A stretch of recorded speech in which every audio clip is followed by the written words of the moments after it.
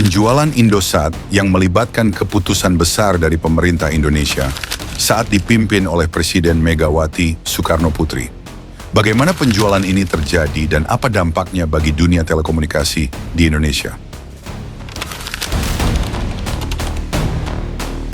Indosat yang kini dikenal sebagai Indosat Ooredoo adalah salah satu perusahaan telekomunikasi terbesar di Indonesia. Didirikan pada tahun 1967, Indosat awalnya berfokus pada layanan telekomunikasi internasional sebelum berkembang pesat menjadi penyedia layanan seluler dan internet di seluruh Indonesia. Pada tahun 2001, pemerintah Indonesia memutuskan untuk menjual sebagian besar saham Indosat. Penjualan ini merupakan bagian dari kebijakan privatisasi yang dimulai sejak akhir 1990-an di tengah upaya reformasi ekonomi dan pengurangan defisit anggaran negara. Pada tahun 2002, Megawati Soekarnoputri, yang saat itu menjabat sebagai Presiden Republik Indonesia, menjadi bagian dari keputusan besar dalam sejarah Indosat. Pemerintah Indonesia memutuskan untuk menjual sisa saham mayoritas yang dimilikinya di Indosat kepada konsorsium asing. Keputusan ini diambil setelah pemerintah Indonesia melakukan pertimbangan matang, di antaranya untuk meningkatkan daya saing Indonesia di pasar global dan mempermudah akses teknologi telekomunikasi. Saat itu pemerintah Indonesia memilih untuk menjual 40% saham Indosat kepada Ooredoo, sebuah perusahaan telekomunikasi yang berbasis di Qatar. Proses penjualan ini menimbulkan banyak perdebatan di kalangan masyarakat dan kalangan politik. Beberapa pihak mendukung keputusan tersebut sebagai langkah yang diperlukan untuk modernisasi sektor telekomunikasi, sementara yang lainnya menganggap bahwa ini adalah pengkhianatan terhadap aset negara. Penjualan saham mayoritas Indosat kepada Ooredoo mengubah wajah industri telekomunikasi Indonesia.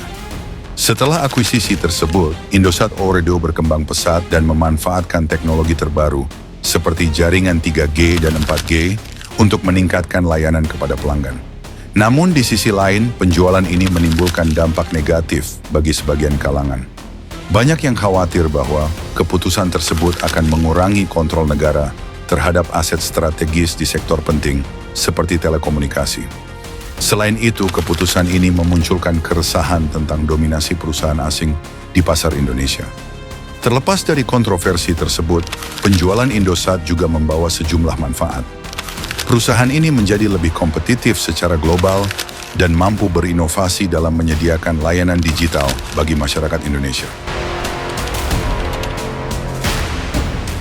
Keputusan penjualan saham Indosat pada 2002 tidak datang tanpa perdebatan.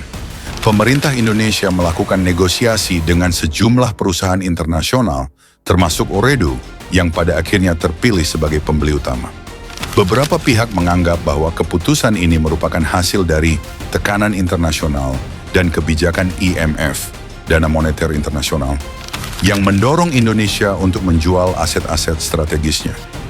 Reaksi masyarakat terhadap penjualan Indosat cukup beragam.